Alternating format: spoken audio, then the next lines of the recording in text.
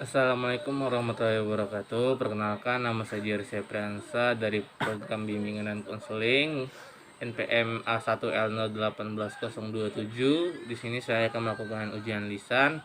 Di sini saya akan membacakan soal pertama, yaitu jelaskan mengapa konseling keluarga diperlukan oleh konselor di dalam kehidupan sekolah. Karena pertama, sebagaimana kita ketahui, keluarga itu adalah unit terkecil dalam masyarakat, eh, yang dimana di sini anak murid itu pasti memiliki permasalahan dalam keluarganya. Nah, di sini BK keluarga sangat penting ada di sekolah karena untuk mengajarkan anak-anak itu bersikap bertoleransi terhadap teman sesama dan mengeluarkan potensi-potensi yang ada pada di dalam dirinya, dan agar untuk mengesampingkan permasalahan yang terjadi di rumahnya. Jadi anak-anak ini tidak tertekan di rumahnya dan bisa merasa leluasa di sekolahnya, karena BK keluarga ini bisa mengajarkan anak-anak ini bagaimana cara menyelesaikan permasalahan yang terjadi di lingkungan keluarganya. Nah, yang kedua itu jelaskan definisi dari perkawinan dan keluarga. Yang pertama di sini saya akan menjelaskan tentang perkawinan. Yang sebagaimana kita tahu, perkawinan ini merupakan ikatan lahir dan batin antara perempuan dan lelaki, yang dimana membentuk sebuah rumah tangga yang harmonis, bahagia dan kekal. Nah, di sini perkawinan yang sah itu bila mana dikatakan secara hukum masing-masing agamanya dan kepercayaannya itu. Dan di sini saya akan juga menjelaskan tentang keluarga. Nah, seperti yang tadi di soal pertama, keluarga itu merupakan satuan unit terkecil dalam masyarakat yang terdiri dari ayah, ibu, anak, dan anggota keluarga lainnya yang tinggal dalam satu tempat tinggal dengan adanya kepala rumah tangganya. Nah, di sini ada nomor 3. Dalam menghadapi era globalisasi, peran bimbingan dan konseling keluarga khususnya di Indonesia cenderung sangat dibutuhkan baik setting sekolah maupun masyarakat. Nah, di sini kita akan membahas yang pertama, kemukakan alasan berdasarkan referensi yang ada Anda temukan baik melalui buku maupun internet. Kenapa di era globalisasi ini sangat penting untuk adanya BK keluarga di Indonesia, terutama di sekolah dan di masyarakat, karena kita sebagaimana kita tahu di era globalisasi ini semua teknologi, semua budaya sudah semakin maju, semakin tidak terkendali dari dampak positif maupun negatifnya. Jadi di sini BK keluarga sangat penting adanya karena untuk meminimalisir anak-anak atau peserta didik agar tidak terjangkit dampak-dampak negatif dari era globalisasi ini. Dan juga di sini ada kemukakan pula beberapa kemungkinan yang terjadi hambatan penyelenggaraan konseling keluarga baik ditinjau pihak konselor maupun keluarga sebagai sistemnya. Nah, di sini hambatan-hambatan terjadi yaitu sebagaimana kita tahu ada beberapa keluarga ketika melakukan konseling keluarga ini tidak ingin mengeluarkan pendapatnya, dia tidak mau mengeluarkan pendapatnya karena dia menganggap dirinya tidak penting untuk melakukan kegiatan ini.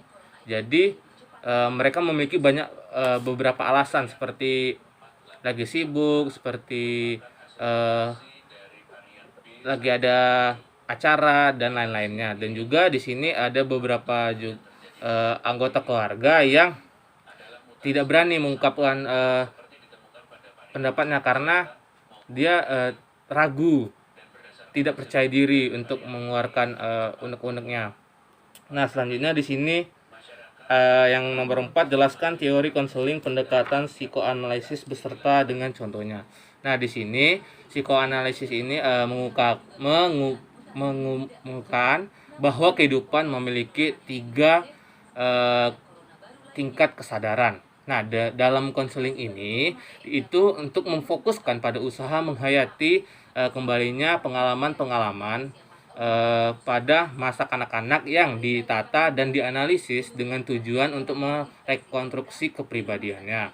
Nah, di sini juga saya akan menjelaskan contohnya, di mana manusia memiliki apa yang disebut dengan ego, dengan aspek psikologis yang ditimbulkan karena kebutuhan manusia untuk sering berhubungan dengan dunia kenyataan. Misalnya orang yang lapar pasti memerlukan makanan ya kan, untuk menghilangkan rasa ketegangan yang ada pada dalam dirinya. Nah, di sini nomor 5, jelaskan teori terapi Gestalt dan terapi behavioral beserta dengan contoh analisis kasusnya. Nah, di sini saya akan menjelaskan yang pertama itu tentang teori Gestalt, yang dimana terapi ini merupakan terapi ekstensital yang berpijak pada premis bahwa individu harus menemukan jalan hidupnya sendiri dan menerima tanggung jawab pribadinya. Nah, ini contoh. Oke, di sini contohnya yaitu ada seorang mahasiswi yang menganggap semua lelaki itu sama. Mereka pun siswi ini menganggap semua lelaki sama itu karena ada permasalahan pada masa lalunya, yang dimana dia sering mendapat kekerasan fisik dari ayahnya yang berupa pukulan, cubitan dan lain-lain. Nah, di sini dengan terapi Gestalt ini akan berusaha untuk membantu siswi ini untuk merasakan apa yang terjadi pada saat ini. Nah, di sini kita sebagai konselor itu memfasilitasi untuk menunjukkan situasi yang terjadi pada saat ini. Nah, dengan terapi Gestalt ini tidak berorientasi pada masa lalu. Kenapa? Agar tidak terjadi lagi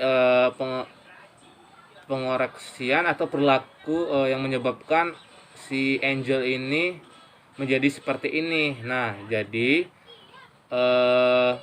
dengan terapi ini dia tidak berorientasi pada perilaku yang tidak produktif, tetapi dia lebih ke arah yang produktif agar nantinya pemikiran-pemikiran yang pada saat itu bisa berhilang seiring berjalannya waktu. Nah, selanjutnya di sini kita akan menjelaskan tentang behavioral. Nah, di sini soalnya